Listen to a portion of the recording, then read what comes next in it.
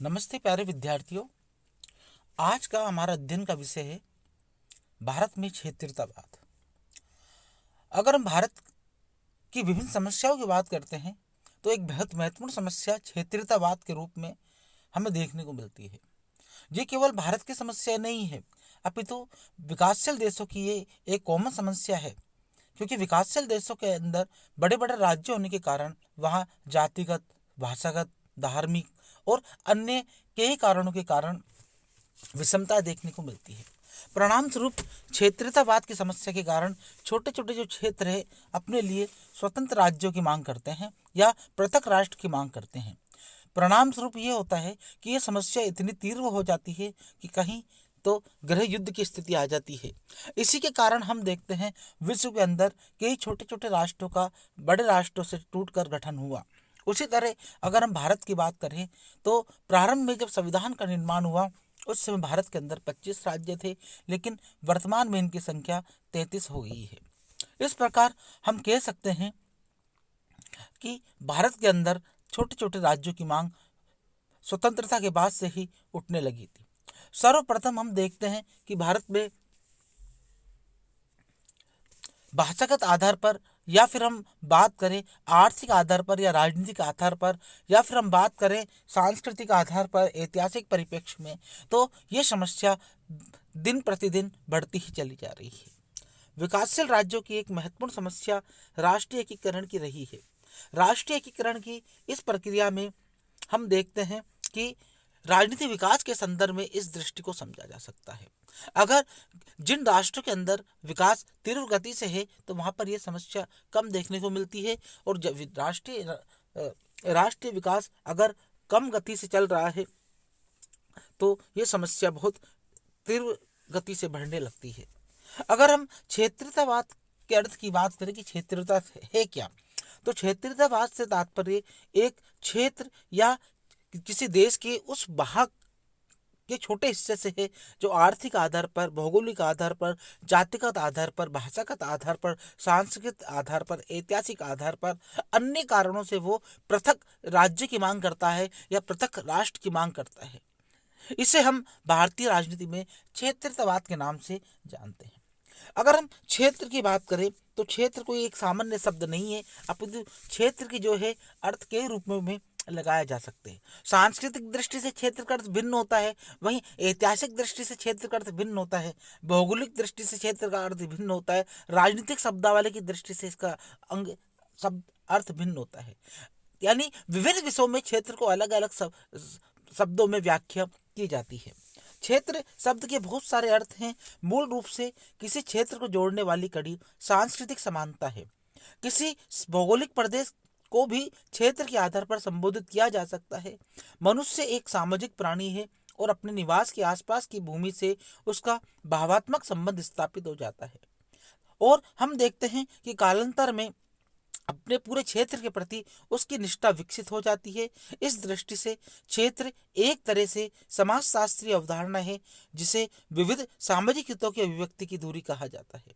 किसी भी भूभाग को क्षेत्र कहने के लिए कतिपय तत्वों का होना आवश्यक है, किंतु आज तक उन क्षेत्रों का ठीक तरह से निर्धारण नहीं हो सका। अनेक तत्वों जैसे भूगोल, जलवायु, धर्म, भाषा, रीति रिवाज, राजनीतिक और आर्थिक विकास, ऐतिहासिक अनुभव, रहन सहन के तरीके आदि की अंतःक्रियाओं से किसी क्षेत्र का निर्माण हो सकता है। प्रोफेसर श्री राम माहेश्वरी का मत है कि क्षेत्र उनसे भी कुछ अधिक होता है। यदि कोई व्यक्ति ये सोचता है कि वे विदर्भ क्षेत्र का निवासी है तो इसका साफ मतलब है कि वो अपने को महाराष्ट्र से थोड़ा भिन्न मानता है। चाहे सभी महाराष्ट्र महसूस करते हो और अन्य राज्यों से महाराष्ट्र के लोग भिन्न हो, ऐसी भावना सांस्कृतिक वास्तविकताएं हैं और उनमें कोई भी आसानी से मुक्त नहीं हो सकता है। इस प्रकार हम कह सकते हैं कि जो क्षेत्रवाद की समस्या है मुख्य रूप से एक सामाजिक समस्या है जो सांस्कृतिक समानता से जुड़ी हुई है।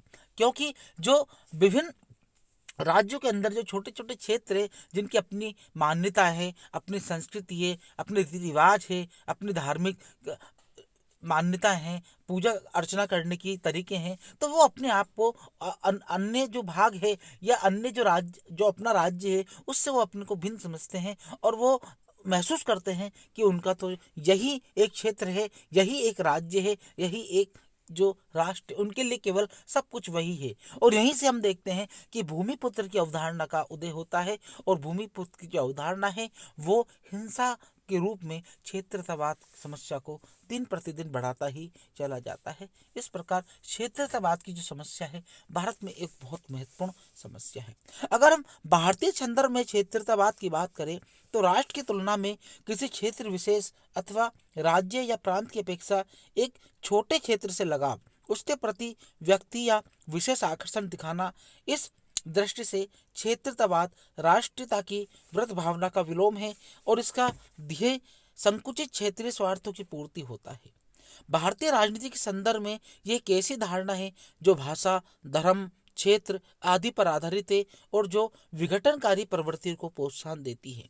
क्षेत्रवाद की भावना सारे देश में व्याप्त है, जो प्राय सुनियोजित व्यवस्थित आंदोलन और अभियानों के रूप से प्रकट होती है। इस प्रकार कहा जा सकता है कि क्षेत्रवाद की जो अवधारणा भारत के अंदर है, उसका जो जुड़ाव है वो लोगों की अपने क्षेत्र के प्रति लगाव है। और इस लगाव को जो है राजनीतिज्ञ अपने राजनीतिक आकांक्षाओं की पूर्ति के लिए विभिन्न आंदोलनों के माध्यम से इसको बलवती प्रदान करते हैं। और परिणाम ये होता है कि जब क्षेत्रवाद की जो अवधारणा है या मांग है अगर राजनीतिक रूप से जुड़ जाती है तो इतनी व्यापक हो जाती है कि हम देखते हैं कि बहुत हिंसा हमें देखने को मिलती है।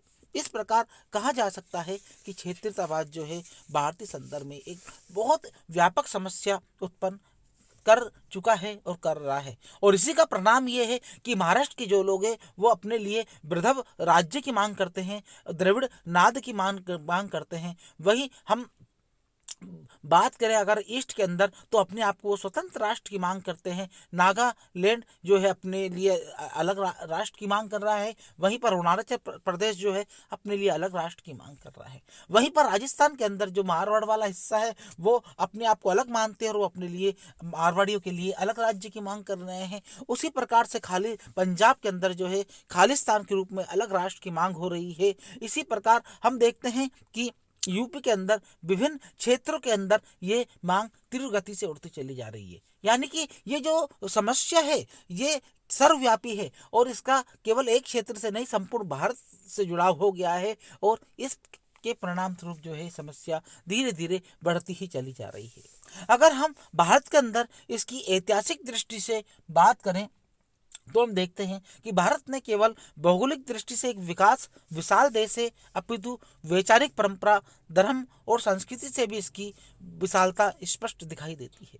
विदेशी ताकतों ने भारत की सामाजिक सांस्कृतिक विविधता का शोषण किया।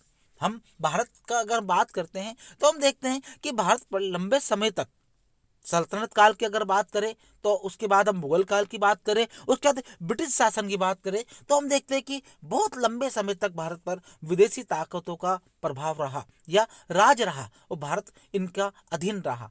परिणाम ये हुआ कि इन विदेशी ताकतों ने लंबे समय तक राज्य करने के लिए छोटी छोटी रियासतों में बांट दिया और परिणाम स्वरूप जो उन रियासतों का जो लगाव था वो सीधा ही जो दिल्ली दरबार है या ब्रिटिश सत्ता का जो गवर्नर जनरल वायसराय है उसके अधीन होता था। परिणाम स्वरूप हम देखते हैं कि ये छोटे छोटे जो राज्य हैं ये विवश हो गए, ये जो है राजभक्ति रखने के लिए। और परिणाम ये हुआ कि भारत छोटे छोटे राज्यों में बट के रह गया। और ये जो राज्य हैं आगे जाकर जब हम स्वतंत्र हुए तो हम देखते हैं कि ये राज्य स्वतंत्रता के बाद महसूस करने लगे कि इनकी अपनी एक विरासत थी, अपनी एक संस्कृति थी, अपनी एक राजनीतिक शक्ति थी और वो स्वतंत्रता के बाद लगभग अन्य राज्यों में मिल जाने के बाद में खो सी गई है। और ये इस कारण ये मांग करते हैं कि हमें भी अलग राज्य होना चाहिए ताकि हम हमारा शासन स्वयं कर सके। और इस कारण जो है ये समस्या बढ़ती चली जा रही है।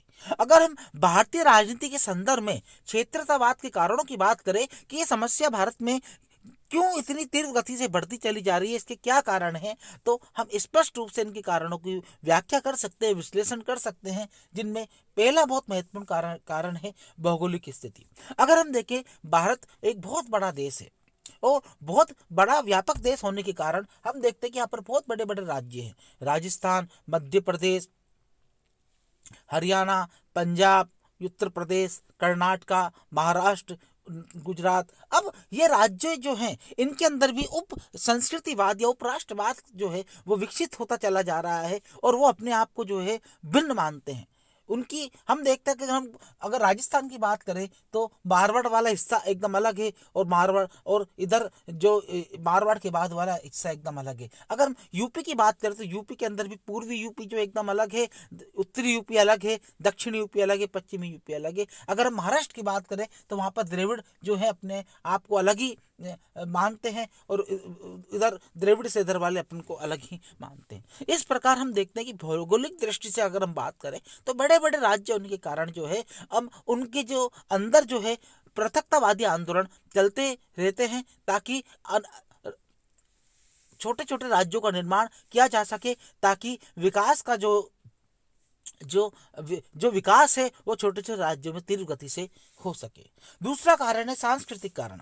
कुछ राज्यों में हम देखते हैं कि सांस्कृतिक दृष्टि से बहुत भिन्नताएं देखने को मिलती है। उनकी अलग कल्चर है, उनकी अलग संस्कृति है, उनकी अलग रीति रिवाज है, रहन सहन है, खान पान है, मान्यताएं हैं। तो इनके कारण ये जो जो राज्य के अंदर जो उपराज्य हैं वो अपने आप को अलग महसूस करते हैं और स्वयं के लिए अलग राज्य की मांग करते हैं। ऐतिहासिक दृष्टि से बात करें तो हम देखते हैं कि स्वतंत्रता के बाद जब राज्य पूर्ण गठन आयोग का गठन हुआ तो हम देखते हैं कि उसके आधार पर राज्यों का एकीकरण भारत के अंदर किया गया। लेकिन जो छोटी छोटी रियासतें थी जिनका अपना एक अस्तित्व था, अपनी एक विरासत थी, वो मजबूर या किसी भी रूप में यानी कि वो भारत के अंदर उस समय सम्मिलित हो गए और एक बड़े राज्य के रूप में उन्हें उस अपने राज्य के अस्तित्व को खोना पड़ा। अब वो ये महसूस कर रहे हैं कि अगर उनका अस्तित्व भी राज्यों की तरह होता तो उनकी भी अपनी राजनीतिक शक्ति होती, उनकी भी अपनी एक विरासत होती, उनका भी अपना एक एजेंडा होता, उनकी एक अलग अपनी एक पहचान होती। अतः हम देखते हैं कि पहचान की राजनीति और राजनीतिक शक्ति के कारण जो है और विकास की जो लालसा के कारण जो है ये राज्य छोटे छोटे राज्यों की मांग करते हैं और अपने लिए पृथक राज्य की मांग करते हैं। अगर आर्थिक दृष्टि की बात करें तो आर्थिक दृष्टि से हम देखते हैं कि भारत के जो राज्य हैं उनके अंदर कुछ में तो बहुत अधिक विकास है। अगर हम बेंगलुरु की बात करें, दिल्ली की बात करें, अगर हम गुजरात की बात करें, अगर हम साउथ के केरल की बात, तमिलनाडु की बात करें, कर्नाटक की बात करें तो हम देखते हैं कि विकास की दृष्टि से यहाँ पर विकास बहुत तेजी से हो रहा है। और जबकि अगर हम बात करें कुछ राज्यों के अंदर तो विकास जो है हम देखते हैं कि अल्प विकसित रूप से हो रहा है, यानी कि समान रूप से नहीं हो रहा है। अगर हम बात करें, हम देखते हैं तो कुछ राज्यों के अंदर कुछ क्षेत्रों का विकास तो बहुत तेजी से हो रहा है और कुछ राज्यों के अंदर कुछ क्षेत्रों का विकास अभी तक नहीं हो पाया है, वो पिछड़े हुए हैं। तो वो ये महसूस करते हैं कि अगर वो भी अलग राज्य होता तो उनके लिए भी आर्थिक दृष्टि से अलग से प्रयास किए जाते, उनके लिए भी अलग बजट होता और उनका एक अस्तित्व होता और आर्थिक दृष्टि से वो अपने आप को विकसित कर पाते और इससे जो है उनका रहन सहन का स्तर भी ऊंचा होता, आर्थिक आय भी उनकी राष्ट्र व्यक्तिगत आय भी उनकी अधिक होती और उनका एक अलग महत्व होता। परिणाम यह है कि आर्थिक असमानता के कारण या आर्थिक विकास का जो है ये समान वितरण के कारण जो है ये समस्या व्यापक रूप से बढ़ती ही चली जा रही है। अगर हम भाषा की बात करें तो हम देखते हैं कि भारत में भाषाई विविधता जो है बहुत तेज गति से बढ़ती जा रही है और ये देखने को मिलती है। जहाँ पर साउथ के अंदर अंग्रेजी जो है उसका प्रचलन ज़्यादा है, नॉर्थ के अंदर जो है हिंदी का प्रचलन ज़्यादा है, ईस्ट के अंदर जो है उनकी अलग भाषाई संस्कृति है। तो भाषा की दृष्टि से देखें तो भाषा के आधार पर जो है वो अलग अलग राज्यों की मांग करते हैं। जाति की बात करें तो हम देखते हैं कि जाति की समस्या जो भारत में है एक बहुत व्यापक समस्या हो गई है और एक बहुत बड़ी समस्या के रूप में उभर कर आ रही है। हर जाति अपने आप को श्रेष्ठ समझती है और हम देखते हैं कि भारत के अंदर भी वर्ग भेद विद्यमान है। एक तरफ तो यानी कि जो है सवर्ण जातियां है और एक तरफ जो है एक दलित जातियां हैं जिनका शोषण हो रहा है। एक शोषण करने वाली है और एक शोषित होने वाली है। और साथ ही हम देखते हैं कि भारत के अंदर जो है कुछ राज्यों के अंदर जो कुछ ऐसे क्षेत्र हैं जहाँ पर एक जाति का प्राधान्य है और जाति का प्राधान्य होने के कारण वो अपने आप को अलग राज्य के रूप में मांग करते हैं या पहचान दिलाने की बात करते हैं ताकि जाति का दृष्टि से वो अपने राज्य का निर्माण कर सके और शासन संचालन कर सके। एक सबसे जो महत्वपूर्ण कारण है क्षेत्रीयतावाद के विस्तार का या बढ़ावा देने का वो है राजनीतिक आकांक्षा। हम देखते हैं कि बड़े बड़े राज्यों के अंदर जो है कुछ नेता जो है, जो क्षेत्रीय नेता जो है, उनको उचित स्थान जो राजनीति में प्राप्त नहीं हो पाता है। तो ऐसी स्थिति में वो ये देखते हैं कि अगर ये राज्य अलग हो जाए, ये भाग अलग हो जाए, तो उस दृष्टि में जब अलग भाग हो जाएगा तो राजनीतिक दृष्टि से वो जो है उसकी महत्वाकांक्षा है पूर्ण हो सकती है। तो हम देखते हैं कि अलगाववादी आंदोलन को, पृथकतावादी आंदोलन को ऐसे जो नेता है प्रोत्साहित करते हैं ताकि राजनीतिक दृष्टि से वो अपनी रोटियों को सेक सके। तो इस प्रकार हम इन कारणों का अध्ययन करने के बाद में कह सकते हैं कि भारत में क्षेत्रतावाद की जो समस्या है दिन प्रतिदिन बढ़ती ही चली जा रही है, और इसका जो प्रभाव है वो केवल उस क्षेत्र पर ही नहीं बल्कि संपूर्ण भारत पर पड़ रहा है। हमारी संप्रभुता पर पड़ रहा है, हमारी अखंडता पर पड़ रहा है, हमारी एकता पर पड़ रहा है, और ये जो संकेत है शुभ संकेत नहीं है। इन समस्याओं का समाधान करना होगा। इन जो पृथकतावादी आंदोलन है या अलगाववादी आंदोलन है, इन पर लगाम लगानी होगी, तभी हमारे देश के अंदर जो है एक राष्ट्रीय एकीकरण को बढ़ावा मिल सकता है या वो सशक्त हो सकता है। धन्यवाद विद्यार्थियों।